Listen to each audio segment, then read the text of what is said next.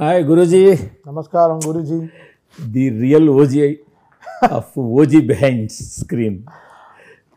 మీరు పెద్ద పెద్ద మాట్లాడుతుంటే నాకు అలా ఒళ్ళు అంటుంది. నేను అనలేదు సార్, సినిమా రిలీజ్ ముందు ఏదైనా కొంచెం నెగిటివ్ పాజిటివ్ ఏదో ఉందేమో మీ మీదేమో, కానీ సినిమా రిలీజ్ అయిన తర్వాత 100% ఎప్రిసియేషన్ వచ్చింది మీకు, డౌట్ లేదు అందులో. నేను మీ మొహమే చెప్పి నా సంగతి. సో ఎనీహో ఇంటర్వ్యూ స్టార్ట్ చేస్తాను సార్, వెరీ బ్రీఫ్ ఇంటర్వ్యూ. ఏమైనా క్వశ్చన్ మధ్యలో ఇబ్బంది ఉంటే పాజ్ అని చెప్పండి, లేదా వదిలి స్కిప్ చేసి అని చెప్పండి, నేను చేస్తాను. Okay sir, okay sir. But అడగడం అయితే నేను అడుగుతాను, అది వేరే సంగతి. Okay sir, okay sir. కానీ నాకు ఓజీ చూసిన తర్వాత రాను రాను నాట్ ఓన్లీ ఓజీ, ఈ సినిమా మ్యూజిక్ డైరెక్టర్ మీద ప్రెషరు, ఎక్స్పెక్టేషన్స్ పెరిగిపోతున్నాయి కదా, దీన్ని ఎలా తట్టుకుంటున్నారు?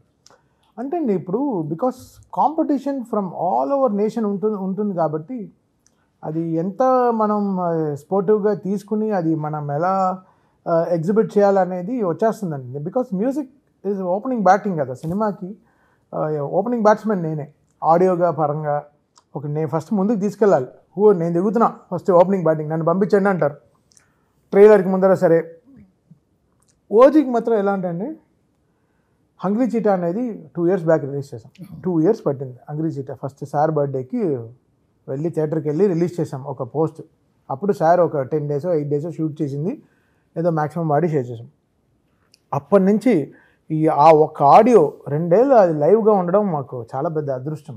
అంటే ఏ టైంలో ఏం కసితో చేసామో, అంటే దాని పక్కనే హుకుం వచ్చాయి, చాలా వచ్చాయి. అంటే వదిలేస్తే అవన్నీ వేసేస్తారు ఈ విజువల్కే. అవన్నీ రాకుండా మన సినిమా, మన విజువల్, మన సౌండ్గా ఉండాలని అది నేను సుజిత్ ఎంత మేనిఫెస్ట్ చేసి ఎంత కష్టపడ్డామంటే, ఆ వర్డ్ ఎలా పట్టాలి, ఓకే వాళ్ళు హుకుం అన్నారు, మనం ఏదో అనాలి, మన సైడ్ నుంచి ఏదో చెప్పాలి, నలిగిపోయాం అసలు.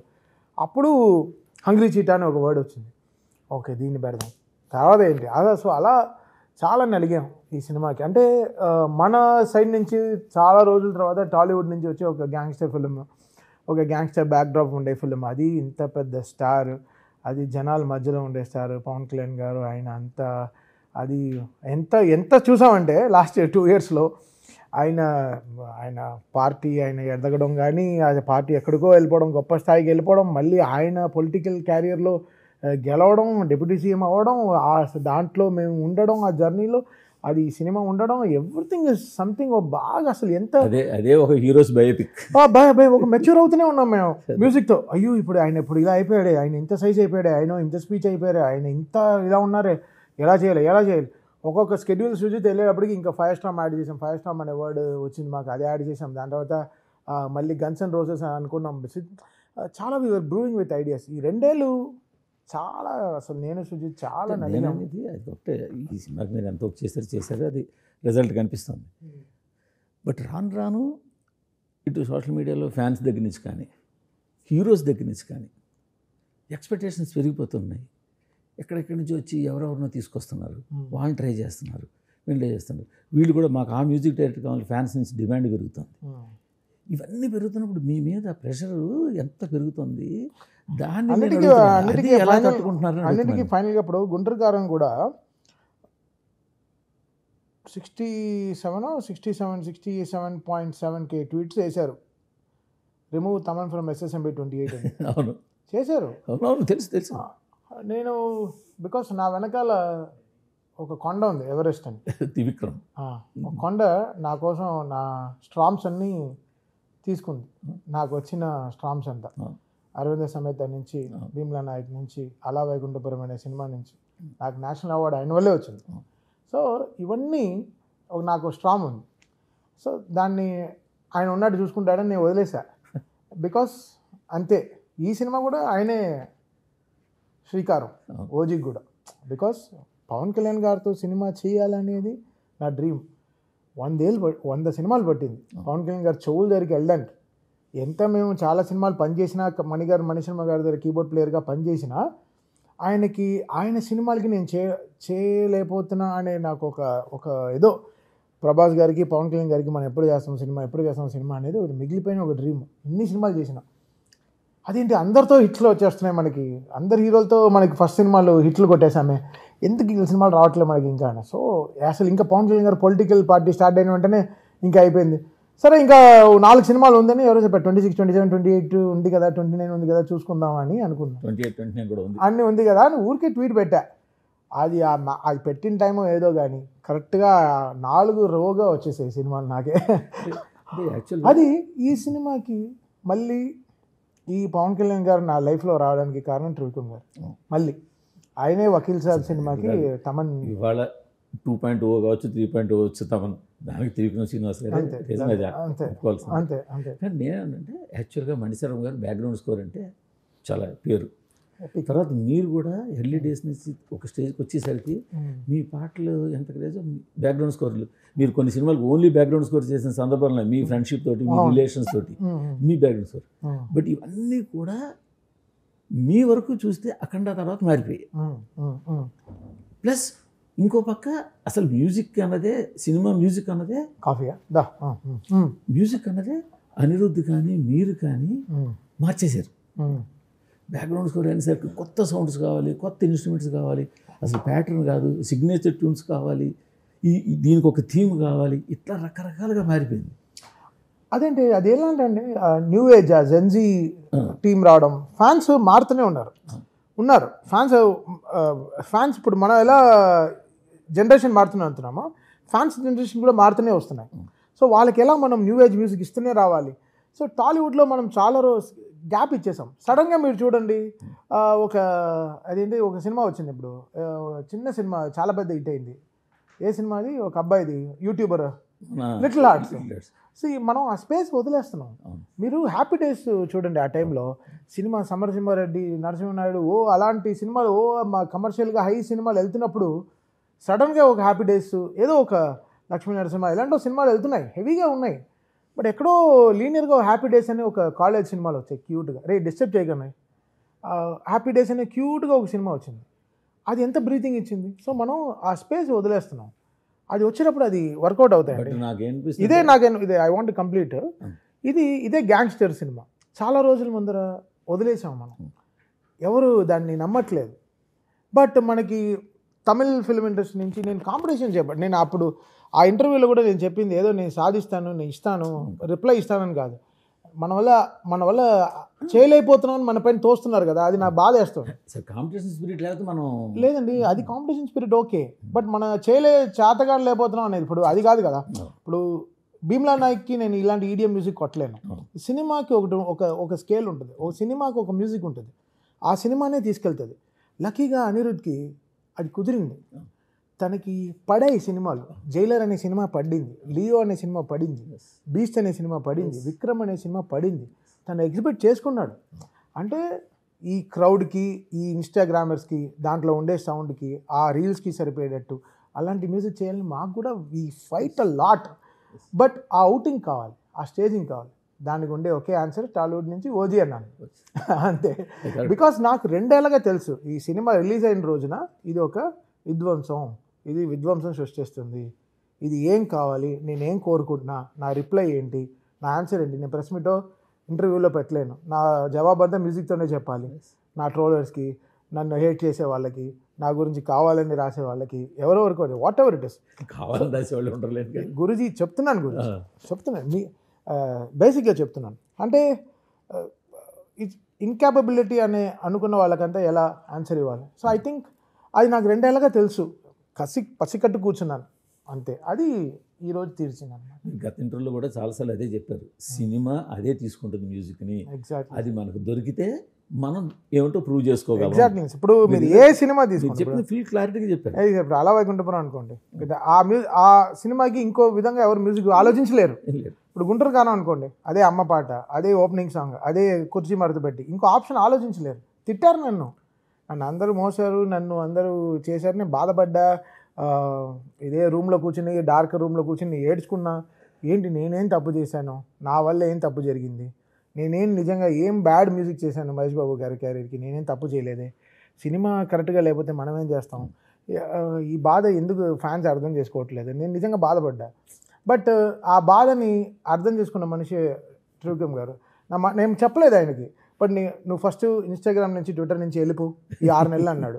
ఆ యాప్లు తీసే అన్నాడు, నా కళ్ళ ముందర తీయన్నాడు, తీసాను. రిలీజ్ రోజే మళ్ళీ వచ్చాను. నేను పెట్టలేదు నా ట్వీట్లు అంతా. నేను చెప్పేసాను నా పిఆర్ మేనేజ్మెంట్ టీమ్కి, నేను జనరల్గా నేనే వాడతాను గురించి, మీకు తెలుసు నా ట్విట్టర్ ఇన్స్టాగ్రామ్ నేనే పెట్టుకుంటా. బట్ ఆ 6 months నేను తీసేసాను. నువ్వు బయటకు వచ్చే అవన్నీ చూడొద్దు, నెగిటివిటీ అన్నీ చూడొద్దు, ఐఎమ్ విత్ యూ, నేను నీతో ఉన్నాను, నేను చూసుకుంటాను, నువ్వు చెయ్యి, ఎందుకు చేయలేవు, రా మ్యూజిక్తో రిప్లై చేయి. ఆ సినిమా మాత్రం మీ చేతిలోకి వచ్చిందన్న, మీరు అప్రూవ్ చేసుకున్నాడు మళ్ళీ అన్న, ఇదంతా కూడా పోస్ట్ అంటే మీ వర్క్ మీకు సపోర్ట్ చేసింది ఆయన. బట్ ఈ సినిమా చూసినట్టు నాకు అనిపించింది ఏంటంటే, సరే మీరు ఆ కాంటెంపరీ లేటెస్ట్ జనరేషన్ సరిపడే మ్యూజిక్ ఇచ్చారు, అసలు అంటే మీ వర్క్ మీకు తెలుస్తుంది, అది ఎలా చేశాను.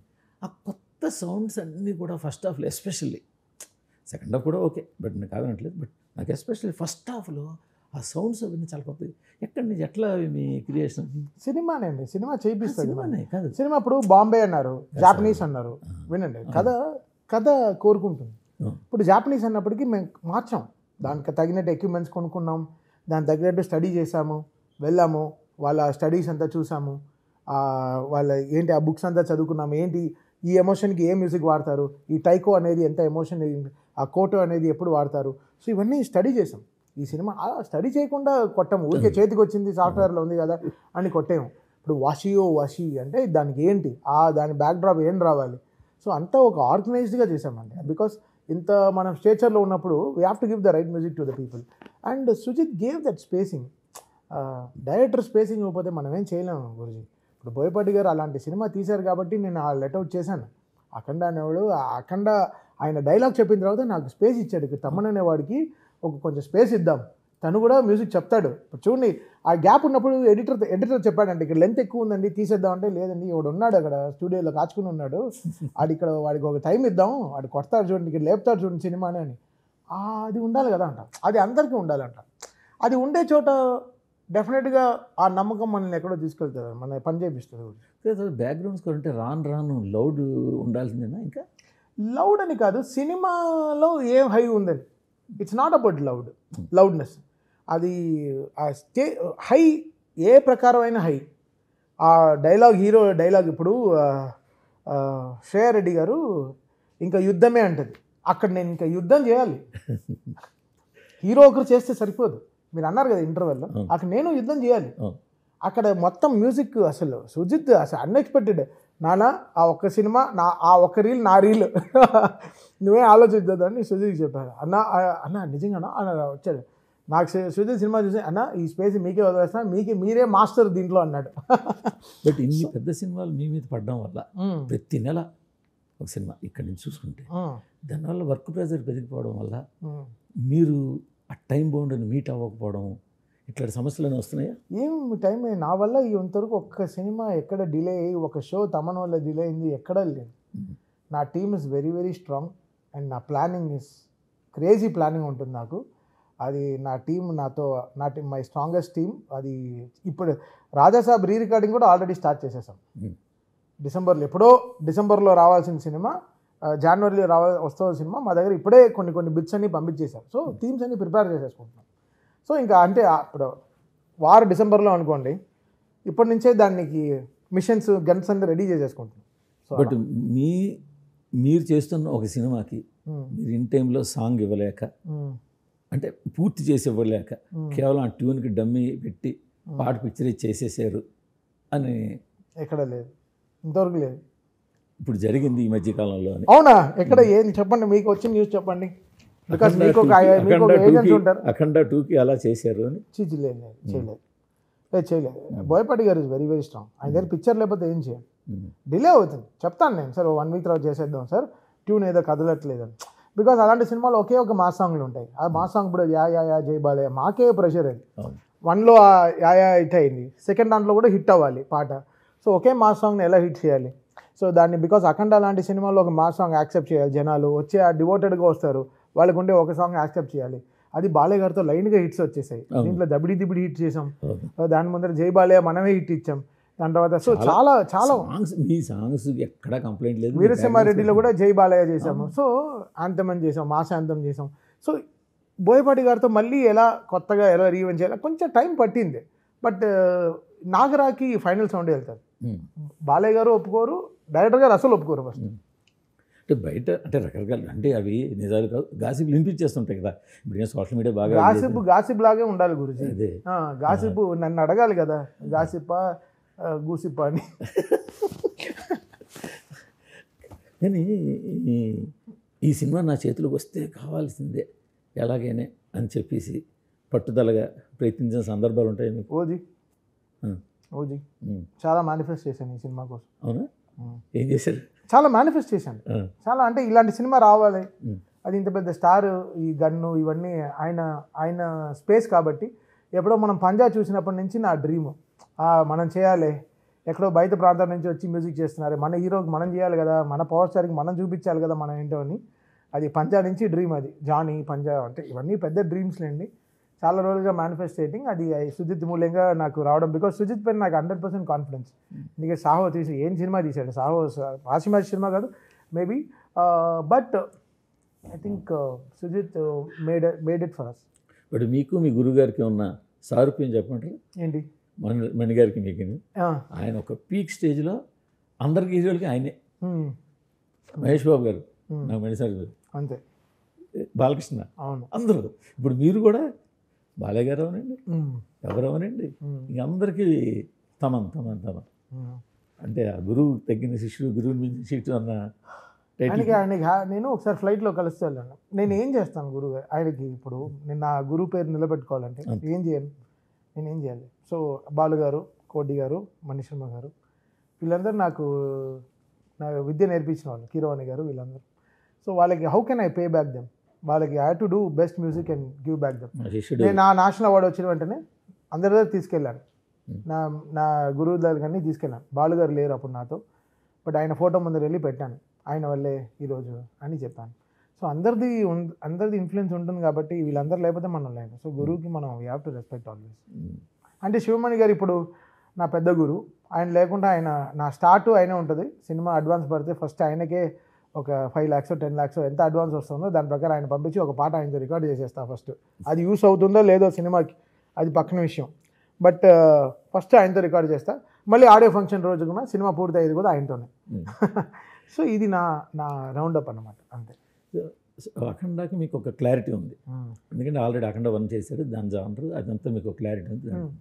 బట్ రాజాసాబ్ అనేది ఒక డిఫరెంట్. మారుతి అనేవాడు, మారుతి 2.0 బిఫోర్ రాజాసాబ్, ఆఫ్టర్ రాజాసాబ్ అండి. మామూలు సినిమా తీయలేదు మారుతి అయితే, అసలు మామూలు సినిమా తీయలేదు అంతే. రాజాసాబ్ ఐ థింక్ ప్రభాస్ గారు కూడా ఆయన క్యారియర్లో ఈ పర్ఫార్మెన్స్ మిగిలిపోద్ది చాలా పెద్దగా. మాకు అది హ్యాపీ, లో కీగా ఉంది, అది మాకు ఇష్టమే, కావాలి మాకు, అది కావాలి. ఓవర్గా ఎక్స్పెక్టేషన్ కానీ అలా లేకుండా ఏదో రాజాసాబ్ ఒక జోన్లో ఉంది. బట్ రేపు వస్తాను ఒక ట్రైలర్, ఆ ట్రైలర్ వచ్చిన తర్వాత కొన్ని లెక్కలు మారుతాయి. అది ఎంటర్టైన్మెంట్, కామెడీ, ఫన్ యాడ్ చేసిన cinema, same time horror cinema. ఈ రెండింటికి మిక్స్ అయ్యే మ్యూజిక్ని ఎలా ప్లాన్ చేయబోతున్నారు? అంటే సినిమా కొంచెం చూశాను, అసలు ప్రభాస్ గారు ఏంటి ఇలా చేసేసారని మారుతిని అడిగాను, ఏంటి డార్లింగ్ అంటే, చేశాడు డార్లింగ్, నమ్మేశాడు నన్ను, అసలు మామూలు చేయలేదు, అసలు ఏమో చేస్తున్నాడు డార్లింగ్, అసలు కొన్ని సీన్స్ అయితే చూశాను, హిల్లేరియస్ అనమాట, హిల్లేరియస్. అంటే ప్రభాస్ గారి దగ్గర నుంచి ఇంత పెద్ద పర్ఫార్మెన్స్ ఆఫ్టర్ లాంగ్ టైం, ఒక ఇంట్రడక్షన్ సాంగ్, ఒక డ్యూయెట్, ఒక ఐటమ్ సాంగ్, ఒక థీమ్ సాంగ్, ఇవన్నీ రావడం చాలా రోజుల తర్వాత ఒక పూర్తి ఆడియో వస్తుంది. సో అది వెరీ వెరీ హ్యాపీ నాకు. నేను చెప్పాను కదా, రెబల్లో నేను వచ్చేసాను బయటికి, లారెన్స్ గారు మ్యూజిక్ చేసుకుంటా అన్నారు, బయటికి వచ్చేసాను. మళ్ళీ నాకు సాహోలో ఒక చిన్న బిట్టు, ఇంట్రడక్షన్ బిట్టు సుజితే తీసుకొచ్చి ఇచ్చాడు. మళ్ళీ దాని తర్వాత మ్యూజిక్ చేస్తామేమో అనుకున్నాను, బట్ కుదరలేదు, తను జిబ్రాన్ తెలిపాడు. మళ్ళీ నాకు రాధేశ్యామ్లో నాకు ఓన్లీ బ్యాక్గ్రౌండ్ స్కోర్కే స్పేస్ వచ్చింది, సాంగ్ చేయలేకపోయాను. అవును. సో ఇప్పుడు మళ్ళీ రాజాసాబ్ మళ్ళీ నాకు మారుతి నాకు తీసుకొచ్చి, ఈ సంవత్సరం బాగుంది. పవన్ కళ్యాణ్ గారితో మీ కోరిక తీరిపోయింది, ప్రభాస్ గారితో మీ కోరిక తీరబోతోంది. కానీ నాకైతే తెలుసు కదా, ఆల్బమ్ చాలా నచ్చింది, అసలు చాలా సూతింగ్గా. అంటే ఇవన్నీ ఈ సౌండ్స్ ఇష్టమే, కానీ మీరు ఇందాక అన్నారు ఒకటి ఏదో మిస్ అవుతున్నాం మనం అని, వదిలేస్తున్నాం. అది మల్లికంగంధ రిలీజ్ అయినప్పుడే మేము అనుకున్నాను ఈ సినిమా చాలా, బికాస్ కొన్ని పాజిటివ్గా జరుగుతూ ఉంటాయి, ట్యూన్లు అన్నీ కరెక్ట్గా పడుతుంటాయి. మొన్న రిలీజ్ అయిన సొగేష్ తోడు తర్మ కానీ, రేపు రిలీజ్ అయ్యి ఇంకో పాట ఉంది, బాబాయ్ అని ఒక పాట ఉంది, ఆ పాట కూడా చాలా పెద్ద హిట్ అవుద్ది. దాని తర్వాత ఇంకో సాంగ్ ఉంది, ఇంకో చిన్న బిట్ సాంగ్ ఉంది, అది కూడా పెద్ద హిట్ అవుద్ది. So 4 songs block buster songs తెలుసు. ఫ్రాంక్గా చెప్పాలంటే ఆ సినిమాని కూడా మీ భుజాల మీద లేపుతున్నారు, డౌట్ లేదు. ఎందుకంటే లో ప్రొఫైల్లో వచ్చింది కొంచెం మొన్న దాకా.